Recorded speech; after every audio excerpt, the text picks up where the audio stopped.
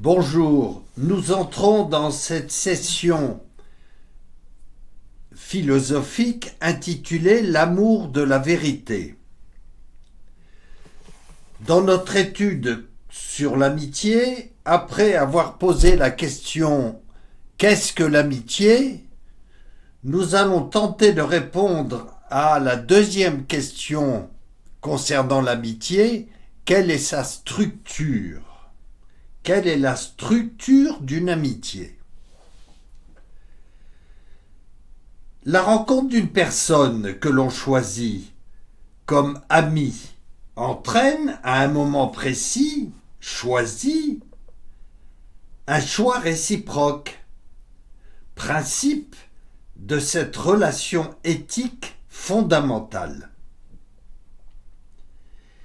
Il ne se fait pas au même moment de l'un à l'autre, et pour les mêmes raisons. L'un aimera en premier, l'autre après. Puis il entraînera l'autre. Ou bien l'un aimera d'un amour sensible, tandis que l'autre d'un amour utile, avant que l'amitié s'approfondisse. Mais à quel niveau se situe cette profondeur pour l'un et pour l'autre ? De quelle manière est-il partagé ? Se pose en amont l'intention de chacun dans cette relation naissante. Quel est le désir et quelle est la capacité de l'un ou l'autre à entrer puis à vivre et à assumer une véritable amitié. On voit que l'amitié exige de chacun une maturité, donc la conviction de rencontrer l'autre pour lui-même, puis de progresser en vue de construire une relation responsable l'un pour l'autre. Cette prise de conscience implique plusieurs composantes indispensables. Le sens de la finalité, le respect de la personne, le sens de la justice, la vertu de prudence et la maîtrise de soi. Le sens de la vie, de quoi s'agit-il ? Il s'agit d'avoir conscience et pour une part de posséder certains habitus qui sont ici des acquis moraux dans l'ordre des vertus en vue de favoriser la recherche du vrai bonheur humain. L'habitus moral ou vertu permet à chacun des amis d'adopter une attitude, une conduite favorisant la croissance de l'amitié, d'où sa stabilité en vue du bonheur. L'amitié est une composante du bonheur, pour ne pas dire la clé du bonheur humain.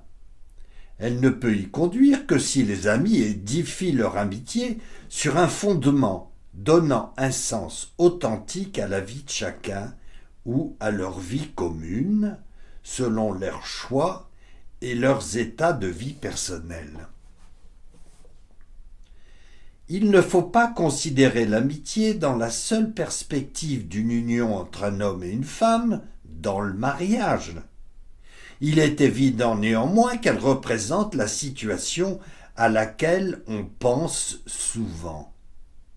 Mais l'amitié est étudiée dans sa perspective générale, au-delà de la différence et de la complémentarité des sexes, en vue de la vie commune.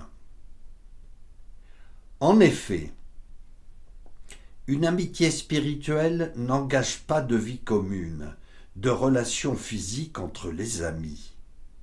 Et c'est cette dimension de l'amitié à laquelle le philosophe s'attache en profondeur en vue du bonheur humain.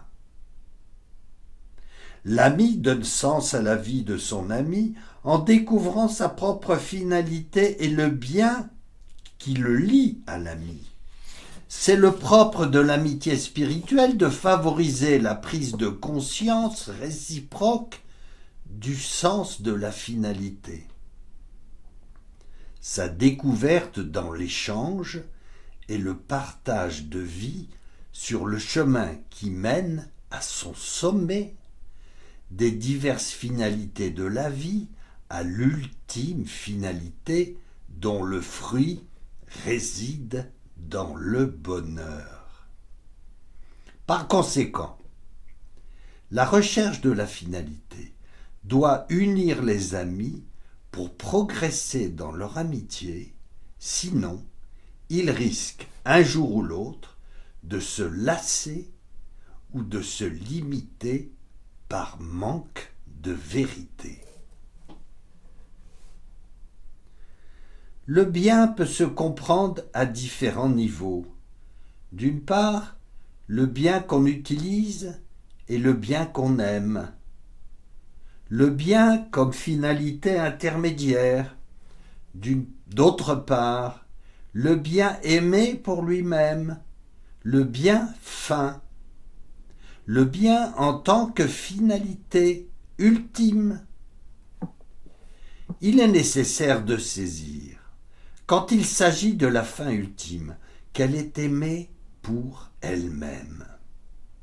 C'est l'aspect subjectif de la finalité, l'aspect de la personne, elle-même pour elle-même. Il en est de même de celui de la vérité, en vue de la vérité pour elle-même. La vérité dite ontologique. L'amour dans l'amitié fait découvrir la personne et le bien de la personne. Plus précisément, l'amitié spirituelle fait découvrir la bonté de la personne, bonté qui saisit le cœur et fait vivre. Ainsi, celui ou celle qui n'a jamais expérimenté la bonté de quelqu'un ne sait pas ce qu'est aimer au sens fort du mot. Puis, avec le temps et l'âge, il risque de s'enfermer en lui-même, devenant handicapé, voire autiste de l'amour. De plus, ne saisissant pas ou peu l'amour, il ne saisit pas le bien, puisque l'amitié est finalisée par le bien qu'est l'ami. Il existe donc un lien existentiel entre vérité, amour et bien. La vérité est ordonnée à l'amour, qui est finalisé par une personne en vue de son bien personnel. Mais attention, la finalité n'est pas le bien, mais l'ami. Car la finalité est toujours une personne. Un bien autre que nous est plus grand que nous, parce qu'il nous permet de progresser vers la perfection de notre nature profonde. Ce qui finalise transforme et élève. Le risque est d'idéaliser l'amitié par une abstraction de la finalité. Ce n'est plus l'ami qui est aimé, mais l'amitié ou l'amour. Ce n'est plus le réel, mais le concept. C'est en ce sens que l'ami en tant qu'être vivant appauvrit toute forme d'idéalisation. L'ami maintient le réalisme de la personne concrète. De la même manière, dans la vie commune ou conjugale, le risque est d'épouser le mariage au lieu d'épouser une personne. D'où l'absence d'engagement dans le mariage et l'absence du véritable choix d'une personne envers l'autre. Connaître l'ami, c'est connaître ce qu'il y a de plus profond en lui, ses secrets. Le secret partagé unit deux amis, car on ne livre pas ses secrets à n'importe qui. Il faut aimer, partager des convictions profondes, avoir toute confiance pour communiquer ses secrets, c'est-à-dire partager le bien de chacun dans la réciprocité. L'unité entre deux amis se réalise par les secrets qu'ils se communiquent et qu'ils gardent pour eux seuls. Ceci fait comprendre ce qu'est l'amitié spirituelle et ce qu'est la personne humaine. Ainsi, le secret fait comprendre la profondeur de l'intériorité partagée entre les amis. L'homme a besoin d'intériorité, car il est avant tout un être spirituel. C'est la richesse de son intériorité qui lui donne sa stabilité, tant affective qu'intellectuelle, la part cachée de sa noblesse. Aussi l'amitié dévoile-t-elle ce que représente l'intériorité dans la vie de l'homme. Le véritable amour d'une personne engendre une intériorité qui fait progresser l'amour. L'amour de soi, qui n'est pas un repli sur soi, provenant et entraînant l'amour de l'autre. L'amitié, l'ami épanouit et permet de s'aimer soi-même mieux et davantage. L'expérience de l'amitié fait donc prendre conscience que la découverte de la finalité de notre vie humaine se fait en premier lieu par l'ami. Rien d'autre ne peut être fin de notre vie humaine que la personne d'un ami. Le grand piège est d'inverser la relation d'amour, qui est d'aimer l'autre parce qu'il m'aime, et non pas d'aimer l'autre pour lui-même. Cet amour provient de l'ami qui a suscité en moi un amour. L'ami est autre que moi en tant qu'il existe, en tant qu'il est. C'est cela le réalisme de l'amour, tandis qu'aimer l'autre parce qu'il m'aime n'a aucun réalisme. D'où aimer la personne de l'autre, c'est aimer l'être de l'autre, la vie de l'autre, son cœur et son intelligence, et non l'amour que l'autre me porte en premier lieu. Car si j'aime l'autre parce qu'il m'aime, je ne l'aimerai plus le jour où il ne me le dira plus, et je l'aimerai moins s'il le manifeste moins à mon égard. La subjectivité prend alors le pas de l'objectivité, le vécu sur le réalisme, la pensée sur l'être. Par conséquent, ce n'est pas la manière dont l'ami répond à l'amour qui détermine cet amour, mais c'est sa personne. D'où l'importance, pour ne pas dire la nécessité d'entrer dans le développement de la notion de personne, fin de cet itinéraire philosophique qui sera abordé après l'étude de nombreux éléments intermédiaires, vitaux et existentiels. Quand j'aime l'ami pour lui-même, je sais discerner son amour profond des limites qui proviennent dans la manière dont cet amour s'exerce en raison des limites de notre nature, de l'éducation reçue, des conditionnements divers passés et présents, en particulier de la fatigue, de la disponibilité ou des difficultés de la vie. Cela met en évidence la relation entre la finalité et le conditionnement, qui peut être léger comme parfois lourd. Aussi faut-il avoir une conscience aiguë de la nécessité de rejoindre la personne de l'autre et l'aimer au-delà de tout ce qui peut la rendre vulnérable. Cette vulnérabilité, qui existe pour une part par nature en chacun, variable dans le temps, provient de nos propres mouvements, maladresse ou égarements, comme des causes issues de l'enfance ou de l'adolescence, ou bien encore d'un héritage génétique. Une part de la complexité humaine se manifeste à ces niveaux. D'où l'importance de cette lucidité dans l'amitié. Si j'aime l'amour avant l'ami, je me réjouis de moi. Si j'aime l'ami, je me réjouis pour l'autre.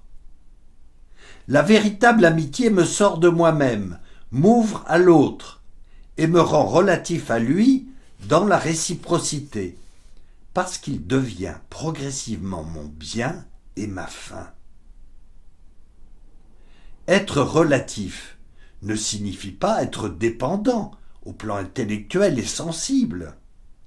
Être relatif manifeste le don de soi dans toutes ses dimensions.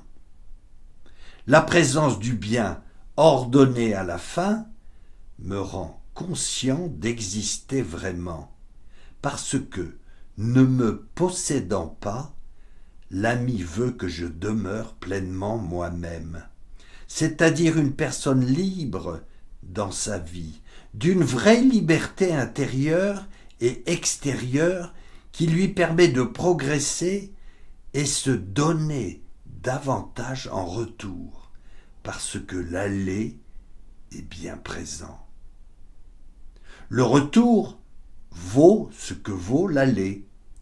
Ainsi l'union, l'unité dans l'amitié dépasse le temps et, pour ainsi dire, la vie ici-bas pour un au-delà dans l'éternité. L'amitié ou l'amour dans l'amitié est ce qui semble banal dans la vie courante, mais ce qu'il y a de plus difficile à vivre pour se réaliser pleinement, ce qui est le plus galvaudé aussi, mais le plus précieux dans la vie. L'amitié est source de joie, de paix, de communion, de présence heureuse, de don de soi. C'est à regret mais nécessairement une cause de souffrance dans les épreuves, qui sont celles que l'ami peut vivre, qui font souffrir son ami peut-être plus encore, et qui sont les épreuves normales, car elles font partie de la vie. Pour favoriser la croissance de l'amitié, en la purifiant et en l'ouvrant au mystère divin. Toutefois, c'est là que l'un peut faire souffrir davantage l'autre, parce que son intention ou sa capacité à vivre l'amitié est moins nette, moins offerte que l'autre. C'est pour cela qu'il est nécessaire et vital de revenir à l'existé, à l'autonomie de la personne, de rechercher la vérité pour découvrir seul et à deux ce qu'est une amitié vraie, ce qu'est le bien de la personne aimée pour elle-même, au-delà de son propre bien. Pourquoi l'ami me finalise-t-il ? N'est-ce pas ma propre fin qui me finalise, mon autonomie personnelle, mes passions par exemple ? Un être bon ne peut se finaliser lui-même, car sa bonté est limitée par nature, par sa nature limitée, puisque l'homme est un être imparfait. Par contre, l'amour étant infini, comme la vérité inatteignable, une personne peut finaliser partiellement, mais réellement, une autre personne, car elle lui apporte un bien nouveau qu'elle n'a pas, un bien autre qu'elle-même, un bien qui est une autre personne, deux capacités de se perfectionner dans la réciprocité et l'entraide. L'altérité existentielle est une condition pour exercer une telle attraction. Grâce à cette altérité, une personne peut être pour une autre personne une source véritable d'achèvement, de perfectionnement, sa fin humaine, son véritable bien, car le bien n'est-il pas ce que tous désirent, selon la célèbre expression d'Aristote dans l'Éthique à Nicomaque? Pour terminer cette question sur l'amitié, nous allons faire et tenter de faire la distinction entre la structure du travail et celle de l'amitié.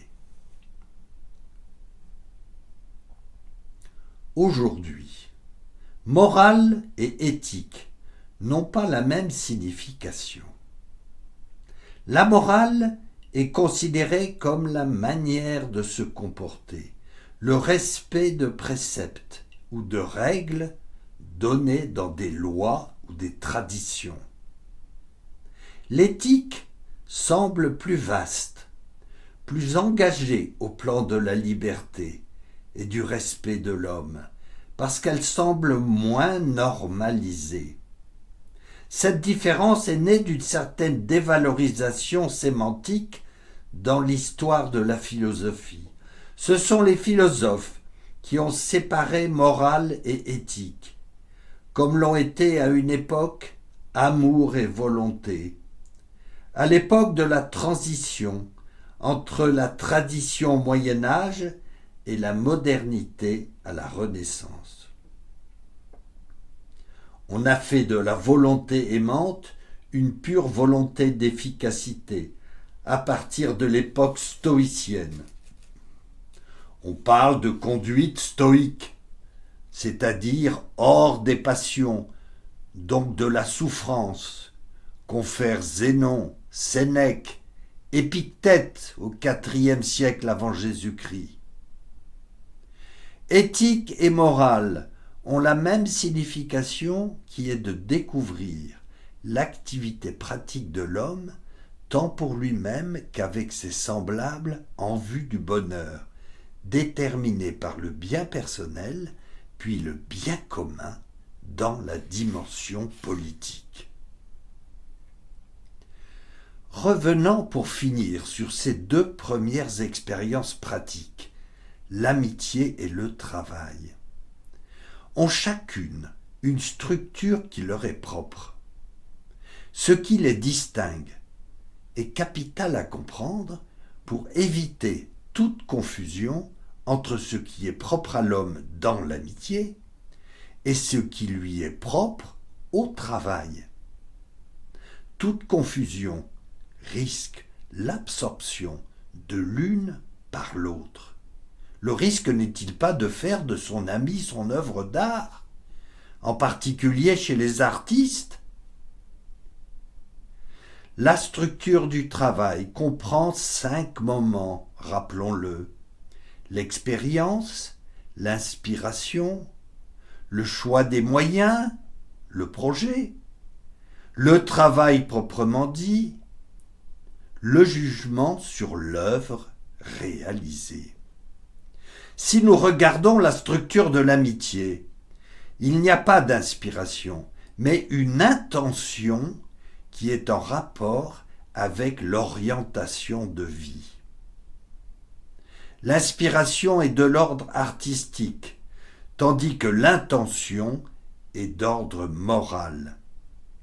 Le choix artistique nécessite des moyens techniques et humains en vue de réaliser une œuvre matérielle, tandis que le choix de l'ami fait appel au conseil, aux vertus humaines, en premier lieu la prudence, puis la tempérance et la sagesse. Le conseil est bon avant de prendre une décision d'ordre moral, tandis que l'artiste ne veut pas de conseil, puisqu'il réalise son œuvre. L'artiste se réfère à son aspiration, à ce qu'on appelle les voies déterminées de l'art, dont l'aspiration est la source. L'artiste sait, car son aspiration lui donne une certitude. À l'inverse, l'amitié fait appel au conseil, puisqu'elle implique une intention de vie. Une personne n'est pas une œuvre d'art. L'un est culturel, l'autre spirituel. Il est bon de prendre conseil avant de se décider, tant quand il s'agit d'une décision pouvant engager la vie, à condition que le conseil vienne de personnes amies, prudentes et sages.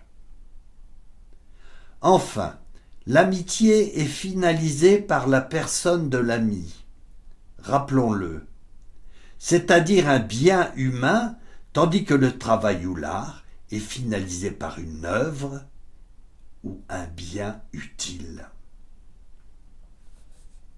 L'activité éthique est donc supérieure à l'activité artistique, puisqu'elle regarde la finalité de l'homme, le mettant en contact avec son semblable, l'œuvre s'enracinant dans la matière au sens propre comme au sens figuré, même si elle peut la transcender au plan culturel. Pour finir, le jugement artistique réclame un repos en vue de considérer le fruit du travail en fonction de l'aspiration. Dans l'amitié, il n'y a pas de repos, car l'amour ne se repose pas, sachant que la présence aimante de l'ami est un repos sans être une finalité. On peut conclure en rappelant que la mesure du travail est l'œuvre, tandis que la mesure de l'amour est l'amour sans mesure, nous dit saint Augustin d'Hippone.